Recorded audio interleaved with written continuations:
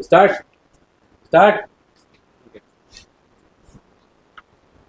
Iran Israel की वार में अब ईरान की तरफ से एक बड़ा स्टेटमेंट आया कि अमेरिका अगर ईरान की धरती पर कुछ गुस्ताखी करता है, हमला करता है तो बख्शा नहीं जाएगा।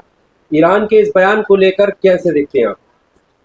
देखिए, सबसे पहले जो वर्ल्ड ऑर्डर है इस वक्त, उसका चेंज होना बहुत ज़रूरी है। पूरी दुनिया में दहशतगर्दी का जो बाज़ार गर्म है, उसकी वाहिद वजह, उसके जड़ में अगर कोई है तो वो अमेरिका है। दुनिया के तमाम मुल्कों में टांग अड़ाने की बीमारी अगर किसी को है तो वो अमेरिका को है। अमेरिका यूएनओ को अपना ग़ुलाम बना चुका है और अपने उंगली के इशारे पर वो यूएनओ को नचाता है, चाहे वो सिक्योरिटी काउंसिल हो, चाहे दूसरे इदारे हों। अब आप ये देख लीजिए कि यूएनओ का एक इदारा है जो वो युद्धग्रस्त क्षेत्रों में परेशान लोगों को खाना पीना और दवाई सप्लाई करता है।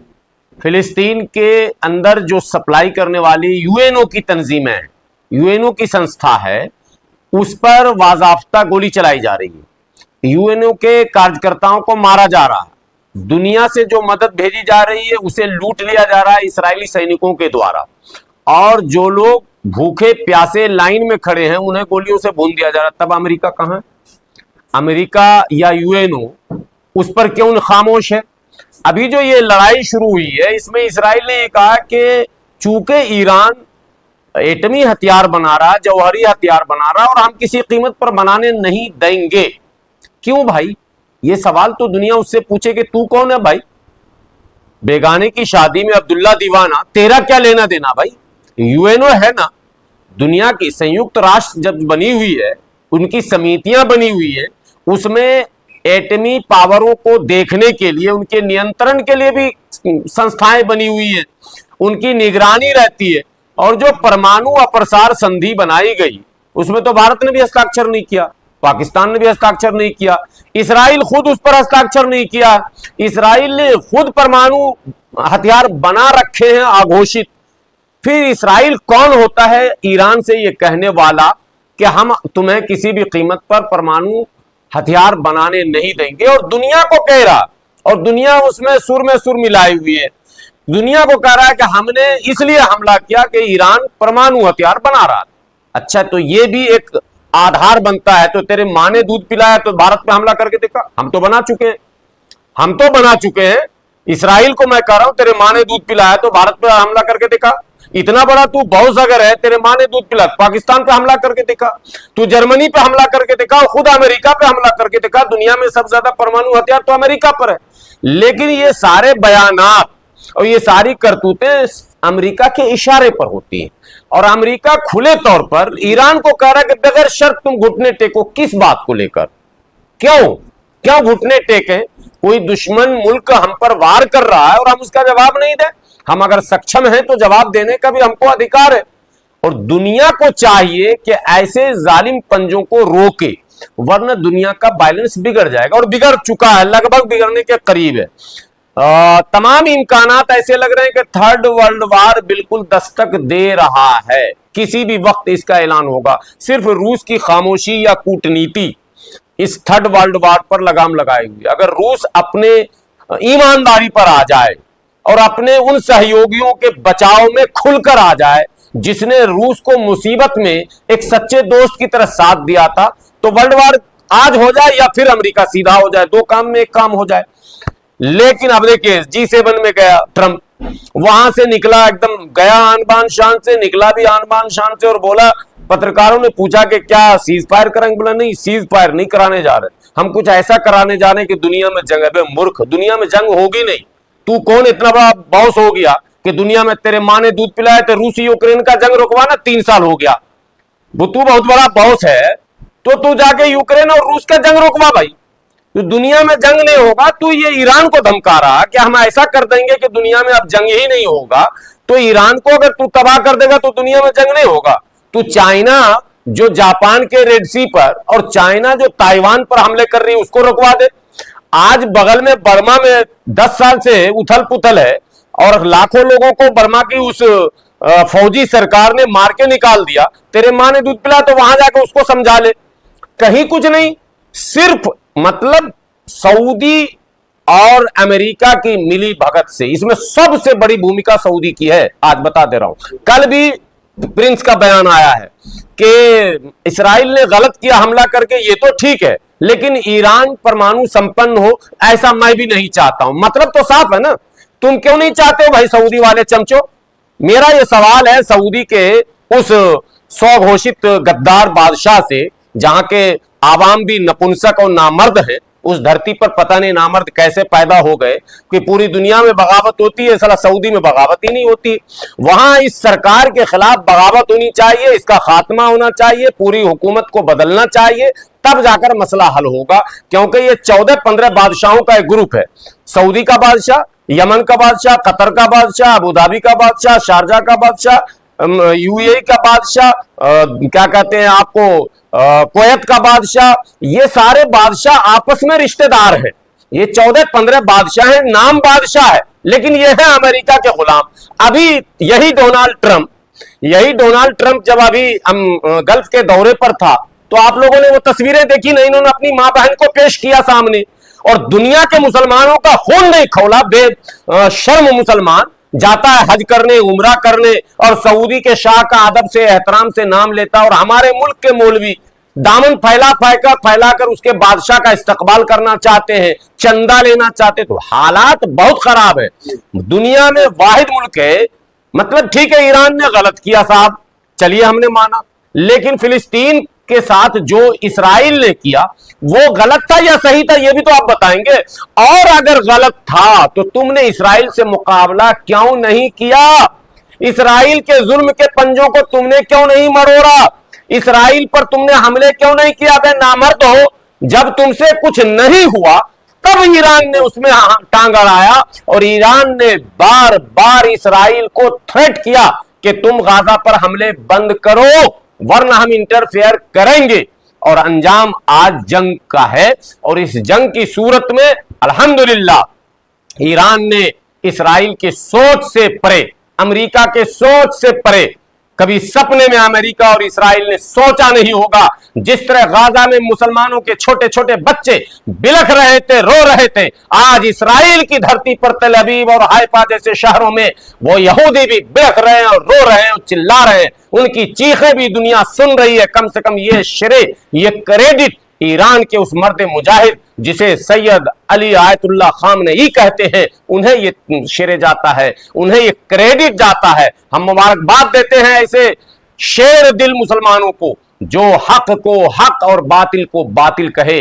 दुनिया में ईमान का आखिरी दर्जा है कि आप कुछ कर नहीं सकते हैं, कुछ कर नहीं सकते हैं तो कम से कम सच को सच और झूठ को झूठ, हक को हक और बातिल को बातिल कहिए। जब 1948 में पार्टीशन हो गया, जो कि गलत हुआ, फिर भी मैं उस गलत को भी कह रहा हूं कि 1948 में आपको एक सीमा दे दी गई, तो तुम इसराइलियों सीमा का उल्लंघन तुमने क्यों किया? और इसराइल अगर सीमा का उल्लंघन करता है और अरब को 6 दिन में परास्त करता है, बेशरम अरब को भूल गया ये मैंने 60 के दशक और 70 के दशक के उस जंग को भूल गया। ये भूलता कितना जल्दी है अरब, मुझे ये बात समझ में नहीं आती है। दुनिया के दूसरे मैंने अफ्रीकी देश के गरीब मुसलमान भी गैरतमंद हैं, जो कम से कम अमेरिका की गुलामी को तस्लीम नहीं करते हैं। ये इतना बड़ा भुलक्कर 6 दिन में इसी इसराइल ने अरब के 12-14 मुल्कों को धूल चटा दिया था। ये ईरान की ताकत है कि आज 6 दिन के अंदर, 7वां दिन आज जंग का है, बल्कि शायद आज 8वां हो जाएगा, डेट जोड़ेंगे तो 8वें दिन आज अमेरिका को बुलाने पर, पैर पकड़ने पर नेतन्याहू मजबूर हैं। नेतन्याहू कह रहे हैं बाप मेरे जल्दी आओ, बाप मेरे जल्दी आओ, वरना ईरान हमें खत्म कर देगा। और इंशाअल्लाह अमेरिका अगर इसमें टांग नहीं अड़ाता है तो 15 दिनों से ज्यादा ये जंग नहीं चल सकती है। इसराइल के पास इतनी हिम्मत ही नहीं कि वो झेल पाए, और अमेरिका ने अगर टांग अड़ा दिया तो मिडिल ईस्ट का नक्शा बदल जाएगा। ये भी लिख कर रख लीजिए। अमेरिका के टांग अड़ाने का मतलब कतर खत्म, क्योंकि कतर में 12,000 अमेरिकी फौज है, बेस है उनका, एयरबेस है। हमले उस पर होंगे 100%, और हमले होंगे तो कतर का कितना बड़ा नुकसान होगा। कतर का नक्शा, कतर है ही कितना बड़ा, हमारी दिल्ली का एक जिला जितना बड़ा है, कतर की आबादी उतनी ही है। दिल्ली शहर की आबादी 1 करोड़ से ज्यादा, कतर जो है वो 12-14 लाख का देश बना हुआ है। तो ये सब खत्म होना भी चाहिए। मेरा ये मानना है कि ये जो टुकड़े टुकड़े में बादशाहों ने बांट लिया, जैसे पहले नवाब बांटते थे और एक 20-20 रानियां और पटरानियां रखते थे, इस्लाम को बदनाम करके चले गए। ठीक है, आज ये लोग वही काम कर रहे हैं। ये छोटे छोटे मुल्क, एक एक बीघा में, एक एक कट्ठा में मुल्क बनाए घूम रहा है, ये एक एक एकड़ का एक मुल्क बनाए घूम रहा, और अमेरिका की फौज को लाके उतार रहा प्रोटेक्शन में। तो इसका बर्बाद होना शायद ऊपर वाले को मंजूर है। एक बहाना था फिलिस्तीन, गजा एक बहाना था, ईरान से इजराइल को टकराना था। अंजाम दुनिया देखेगी।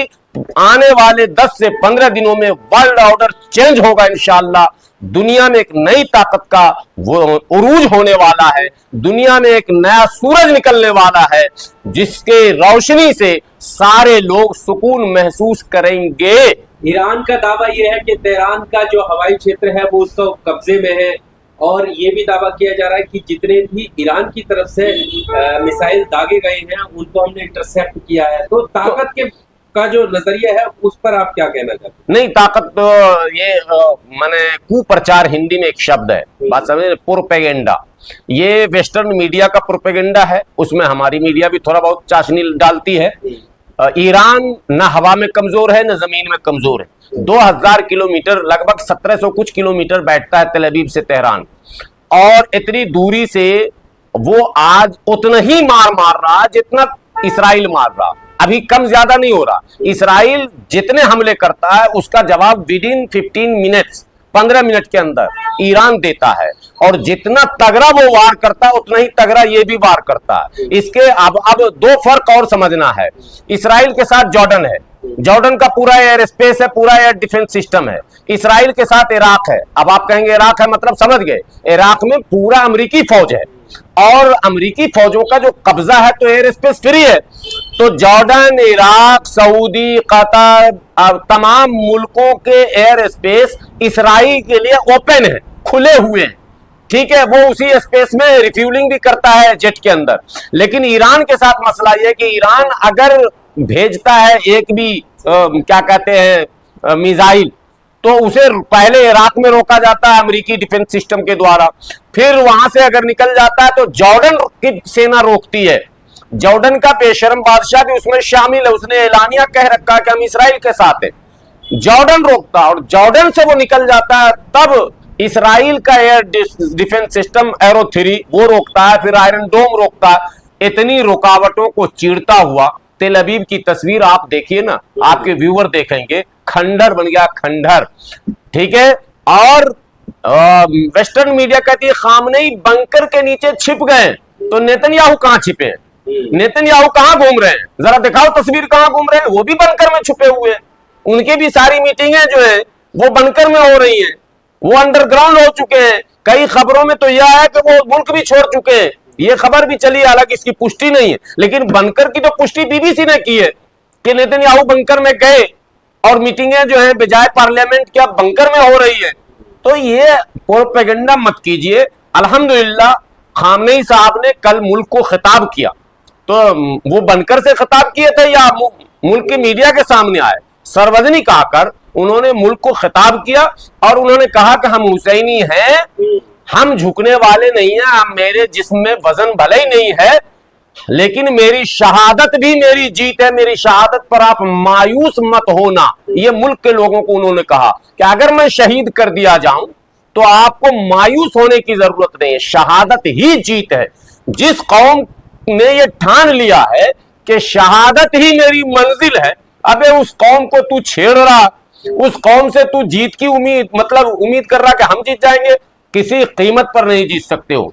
अरब के लोगों, आखिरी मौका है, तुमने अरब की सरजमीन से 12 से 14 ऐसे लीडरों को जो वर्ल्ड ऑर्डर चेंज करने की सलाहियत रखता था, तुमने खत्म करवाया। तुमने यासिर अरफात को मरवाया हेलीकॉप्टर दुर्घटना में। पूरे अरब के जासूसों ने मोसाद से मिलकर, इन कमीनों ने मोसाद से मिलकर यासिर अरफात की हत्या करवाई। इन लोगों ने सादात की हत्या करवाई। इन लोगों ने मोहम्मद मुर्सी को फांसी पर चढ़वाया। इन लोगों ने सद्दाम हुसैन को फांसी पर चढ़वाया। बेशर्मो, तुम्हारी गैरत कहां चली गई जब तुम्हारा पड़ोसी मुल्क का बादशाह उसको कुर्बानी के दिन, ईद उल अजहा के दिन फांसी सिर्फ इस मामले पर दिया जा रहा कि उसने कुवैत पर हमला क्यों किया, यह जुर्म था उसका। और इसराइल पूरे फिलिस्तीन को नष्ट नाबूद कर चुका है, आधे लेबनान को तबाह कर चुका है, आधा सीरिया को तबाह कर चुका है, उसको फांसी कब मिलेगी? यह हलक में जुबान ही नहीं, चूंकि दिल में ईमान नहीं तो हलक में जुबान नहीं। लोग डरते हैं। ये ताकत तो ईमानी ताकत होती है ना। बोलना कोई आसान काम है क्या? मैं आज बोल रहा हूं 10 सालों से, आप भी जानते होंगे 3 बार तो मैं भी पुलिस के रिमांड पे गया हूं, 3 बार मैं भी दिन भर थाने में रहा हूं, मैं तो बदला नहीं। ये ईमानी ताकत है। क्यों डरें, किससे डरें, किस लिए डरें? डरने के वजूहात भी तो सामने आने चाहिए। मैं जो कह रहा हूं वह हक कह रहा हूं। और दुनिया के अंदर जितनी शरारतें हो रही, जितनी बदमाशियां हो रही, हमारे मुल्क में जो आतंकवादी घटनाएं घट रही, उसके पीछे भी अमेरिका, उसके पीछे भी अमेरिका। अभी जो पहलगांव में घटना घटी, इसके पीछे भी अमेरिका। अमेरिका के इशारे के बगैर दुनिया में कहीं कोई घटना, इसने सैकड़ों हजारों ग्रुप बना रखे और सबको इस्लाम का नाम दे दिया ताकि इस्लाम बदनाम हो जाए। सब में अल लगा दिया है, अल कायदा, अल फला, अल मुजाहिदीन, अल फला। ये सब अमेरिका की शैतानी चाल है, शरारतें हैं। और इन शरारतों के जरिए दुनिया में इस्लाम को बदनाम भी करता है और उभरते हुए मुस्लिम मुल्कों को कमजोर भी करता है। जब इराक उभर रहा था तो उसके साथ इसने इस तरह की हरकत की, अब ईरान उभर रहा है तो ईरान के साथ हरकत की। लेकिन जितना बड़ा मुजरिम अमेरिका है, इसराइल है, उतना ही बड़ा मुजरिम सऊदी का बादशाह है, उतना ही बड़ा मुजरिम अरब के वो तमाम हुक्मरान हैं जिन्हें सिर्फ हुक्मरानी चाहिए और कुछ भी नहीं चाहिए। लेकिन इंशाअल्लाह हालात बदलेंगे। 100 साल पहले कुछ और था। खिलाफत उस्मानिया का तख्ता पलटने वाले ये गद्दार बहुत दिनों तक चैन से नहीं रह सकते हैं। जिसने ऑटोमन एम्पायर को मतलब घुटनों के बल लाया था, उस खिलाफत को इन लोगों ने गद्दारी करके तबाह बर्बाद किया। उसमें शाह जॉर्डन शामिल है, उसमें शाह सऊद शामिल है, उसमें ये तमाम लोग शामिल हैं। इसका बदला देर सवेर आवाम उनसे लेगी, जरूर लेगी और उसी दिन वर्ल्ड ऑर्डर चेंज होगा।